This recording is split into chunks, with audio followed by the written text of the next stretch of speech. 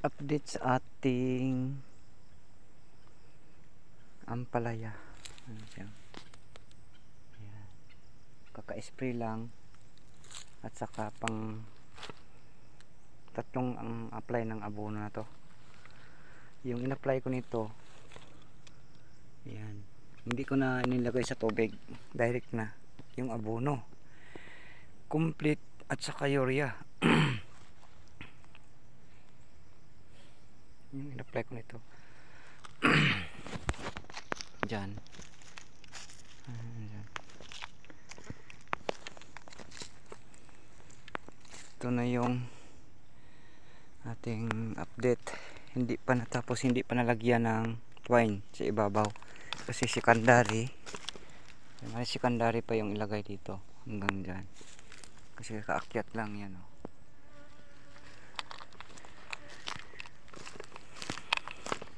Laging umuulan dito, mas marami yung nilagay ko na complete kaysa urea sa nitrogen kasi pag i-over mo yan ng nitrogen masisira yan.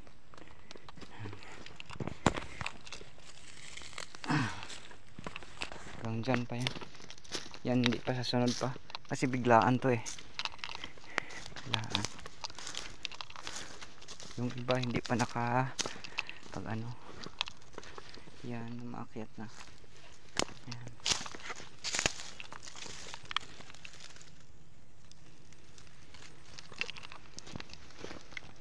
Yung ampalaya talaga na lagi mong in-update kahit araw gabi. Tinitingnan mo kasi may mga yung mango fruit.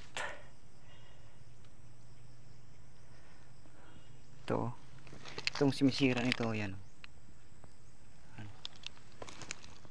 Hanggang doon pa yan. Kahit gabi kailangan talaga i-port pag ano nito. Tsaka doon. Mas dito mabilis yung akyat nito. Yan. Sa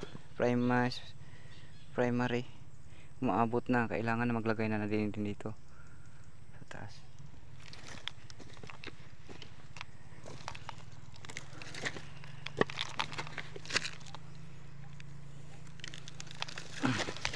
Hindi kasi kukunan pa yan dyan papunta. Maging akyat na to. Pag akyat na to, okay na to. Yan, manage talaga yung pag-aampalaya, hindi biro. Ito kailangan na mag ano dito, mag pruning na nito, pruning. Yan, ito hindi pa na anuhan to, hindi pa nakayat. Ayan, naabot na. Next day na yan.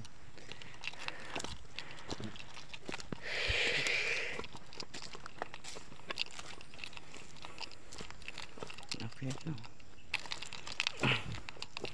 Pagka-apply ng abono nito,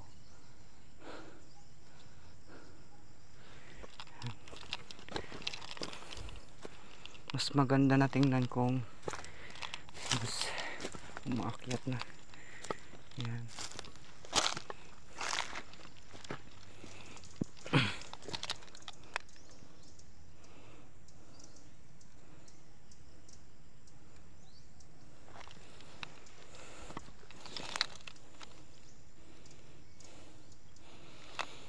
Ito yung update ng ampalaya.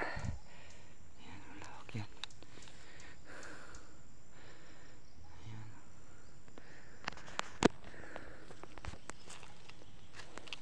Dayamong ko sana to. Yan. Hindi ko na anuhan. Ayan. Hindi ko na pinagtuloy. Another na kasi mabilisan eh, naakyat na, kailangan talaga na anuhan.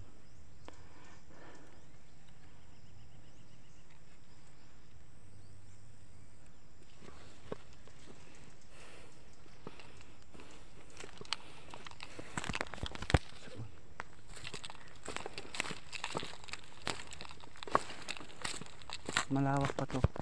Yan oh. Yan. May andyan pa yan. Yan. Dyan.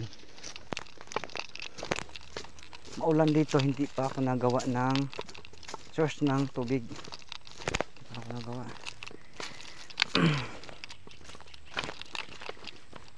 Ay, may trabaho, walay lain lingaw ug sa Bisaya pa. Magtrabaho ta. Dire. Dire ako ang dire. Source sa tubig kan. Dire.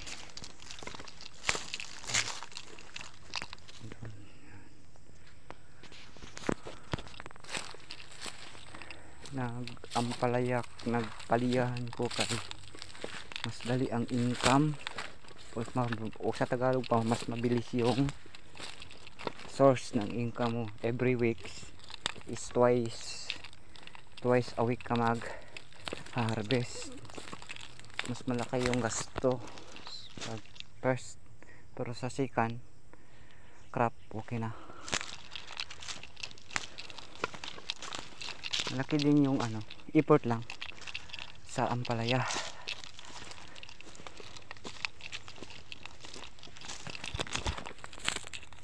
Hindi pa na remodel, hindi pa na linisan yan. Kukunin pa yan para maganda yung tingnan.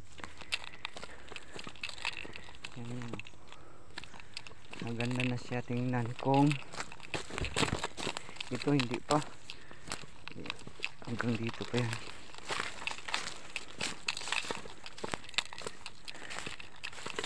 Yan. Palayahan pa to, next crop na yan. May doon pa yan yan.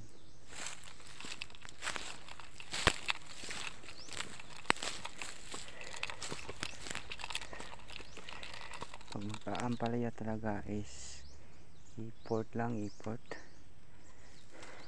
Kailangan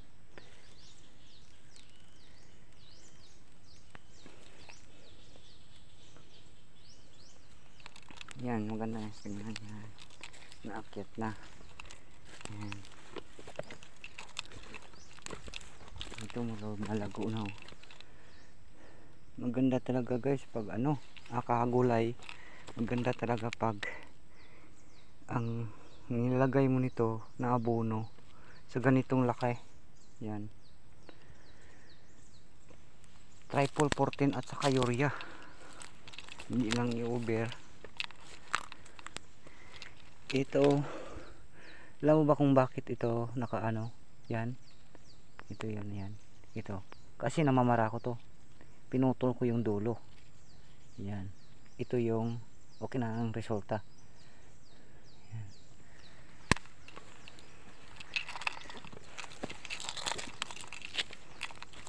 Kaka-spray lang ng punggos nito hinaanuhan ko ng pampunggos,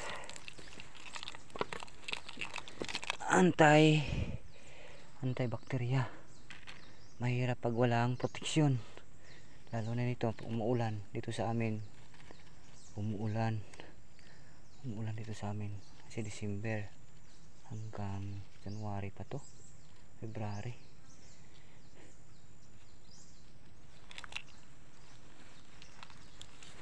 Yan. Kahit mag-overtime ka trabaho, nakakawala pagod din. Makakita ka na ng ganito na. Yan.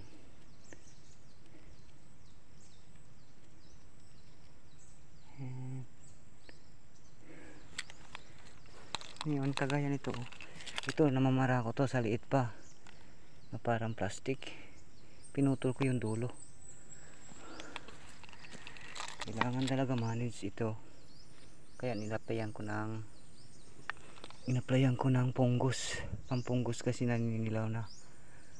Una apply ako ng abono, 3 araw nag-spray ako sa antibacteria. Ito.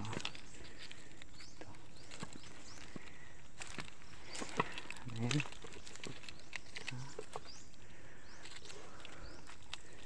Ayan guys, nakakawala pagod din pag ganito na. Ganito na kalaki. Sure na ito eh. Mabubuhay na to. Ayan. Ito kukunan pa to. Okay dyan. Tara nakahin. Mas malaki yung gastos ko nito ngayon. Kasi first lang. Ito yung sa second crop nito makalis na ako ng gastos. Malaki talaga gastos ng paggugulay. Okay lang. Malaki yung gastos. At least makarecover naman. Kailangan talaga i-manage. Mag-manage talaga ng gulay. Hindi mo anuhin na pupuntahan mo lang 3 araw, 2 araw, hindi. Kailangan talaga every umaga at saka hapon. Kung may time ka ng tanghali, pwede mo tingnan ng tanghali. Malaki pang kahoy. Yung sa kabila ko na 3 hektarya, i-open ko rin kung magha-harvest na nito yung kabila.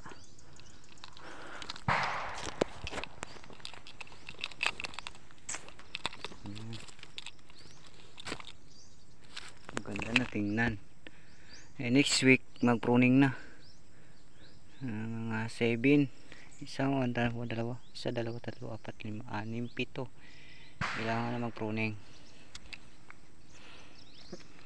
Kasi hanggang dyan mag-secondary na nito. Lagyan na nito. Puntan rito so, para tuloy-tuloy.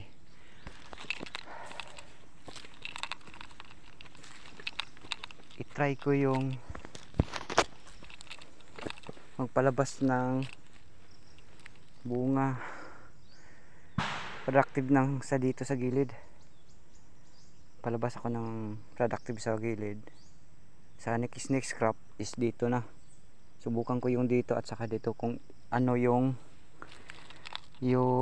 resulta, kung saan yung mas matagal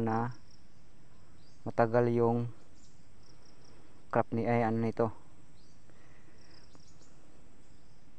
Matagal yung bago siya mawala. Kasi nga ito is first ko na subukan ko yung magpa-bunga sa gilid, sa siding.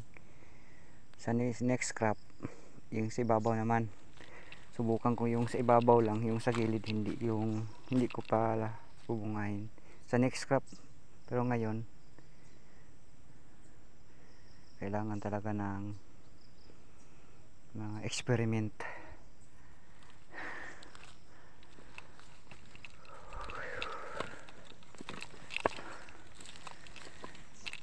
Maraming salamat sa panonood.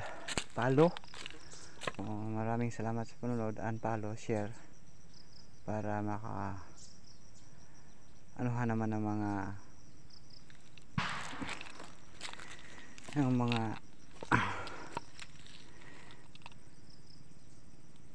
sa magusto magulay yung income para maingganyo naman yung kung sa Bisaya pa ma-encourage sila sa paggulay.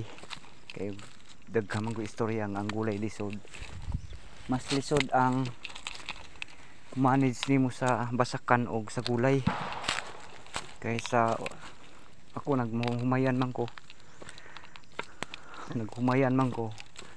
Lisod ang imuhang pag-manage sa humay kung dili ka wala ka experience. Pero sa gulay is first na ko ni siya nga project karon pagid na ako siya matistingan. Okay siya.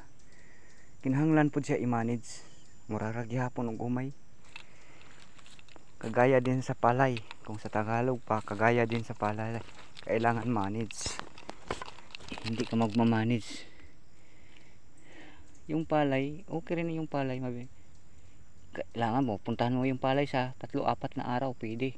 Pero ito hindi. Import. Ito, maganda yung dahon niya. Ayan. Papaakyat na siya. Ayan siya.